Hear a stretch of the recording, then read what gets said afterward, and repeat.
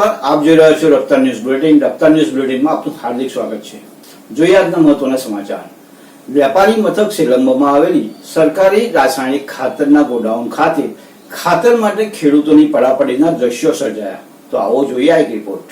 મળતી વિગતો અનુસાર સાગબારા તાલુકામાં આવેલ વેપારી મથક તરીકે વિકસિત શ્રીલંબા ગામમાં છાસવારે અવારનવાર રાસાયણિક ખાતરની ને કૃત્રિમ તંગી વેપારીઓ દ્વારા તેમજ સરકારી ગોડાઉન દ્વારા ઊભી કરવામાં આવે છે. એવા સમાચાર થોડા દિવસ પહેલા ન્યૂઝપેપરમાં વાંચવા મળ્યા હતા, જેમાં શ્રીલંબા ગામ ખાતે કોઈક એક કરતા અનેક વેપારીઓ રાસાયણિક ખાતરનો જથ્થો કોઈક કંપનીને આપ્યો હોય એવા સમાચાર ન્યૂઝમાં જોવા મળ્યા હતા. તેમ છતાં હજુ પણ ખેડૂતોને હજુ સુધી ખાતરનો જરૂરી જથ્થો મળતો નથી. એટલા માટે હજુ સુધી ખાતરનો જથ્થો ઓછો આવતા ખેડૂતોને ખાતર માટે પડાપડી કરવા મજબૂર થવું પડે છે.